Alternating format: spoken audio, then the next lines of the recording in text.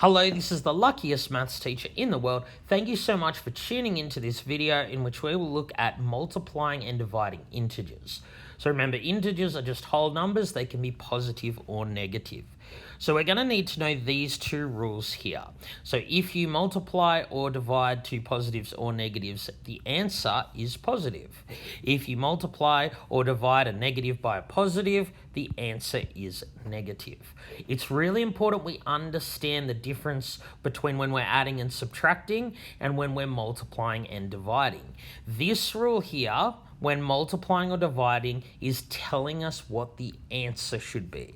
It's saying two negatives give you a positive answer. Similarly, when multiplying or dividing, positive and a negative give you a negative answer. That's why I wrote the answer in red. So that's a bit different than what the rule says for adding or subtracting. When we're adding or subtracting, we were just looking at what happens when you have these two signs next to each other. Here, we're talking about if the first number's negative and the second number's negative, the answer is positive. If one number is positive and one number's negative, then the answer is negative. So what you should do when multiplying or dividing is just multiply or divide the numbers without thinking about the signs and then decide whether the answer is positive or negative. Okay, so what does that mean? I know that sounds a bit confusing. So what it means is if you have something like negative 6 times 8, what we're just going to do is 6 times 8. So 6 times 8 is 48. Now we're going to decide, should our answer be positive or negative? So because we had a negative times a positive, negative and a positive, the answer's negative. So our final answer is negative 48. All right, what about negative 72 divided negative 9? So firstly, I'm just going to do 72 divided by 9. I'm going to forget about the negative signs for a second. So 72 divided by 9 is 8. Now I'm going to decide whether the answer should be positive or negative. So I have two negatives here. A negative divide a negative. The answer should be positive. So we will leave our answer as positive 8. So how would we do something like this, where there is more than two numbers in the sum? Well, what we're going to do is the first two separately. So let's do negative 3 times 8. Well, 3 times 8 is 24, and a negative times a positive gives you a negative answer. We haven't yet done anything with the negative 2, so I'm just going to leave it as it is for now. So now I have to do negative 24 times negative 2. Well, 24 times 2 is 48.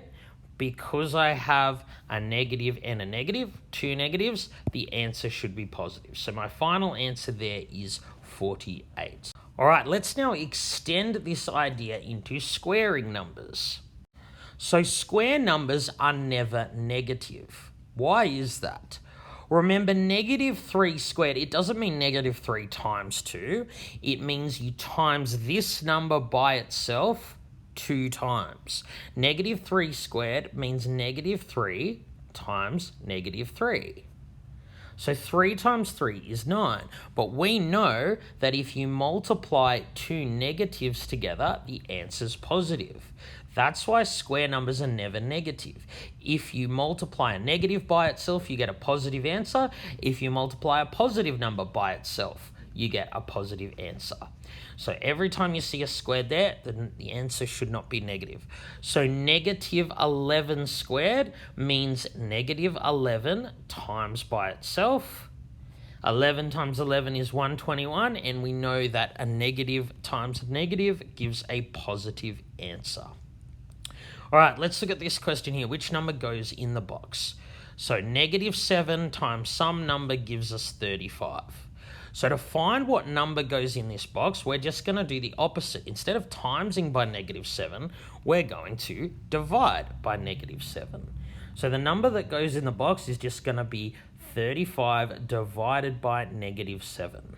So 35 divided 7 is 5, and we know that a positive divided by a negative gives us a negative answer. The number that goes in the box is negative 5 because 7 times 5 is 35 and we need two negatives to make a positive. So let's look at this substitution question. If a is -4, b is -8, calculate -2ab. So this is a bit of algebra. Remember, in algebra, if no operation's written, it is times. So this -2ab is actually -2 times a times b. So what we do, we were told a is -4. So what we do is we rub out a, we replace it with -4. And then I'm going to rub out b and replace it with -8. So as I said before, if you have more than two numbers to contend with, do them separately. We're going to do the first two separately. So -2 times -4 is +8. So we need to go +8 times -8, and that gives us 8 times 8 is 64. And because we had a positive times a negative, the answer is negative.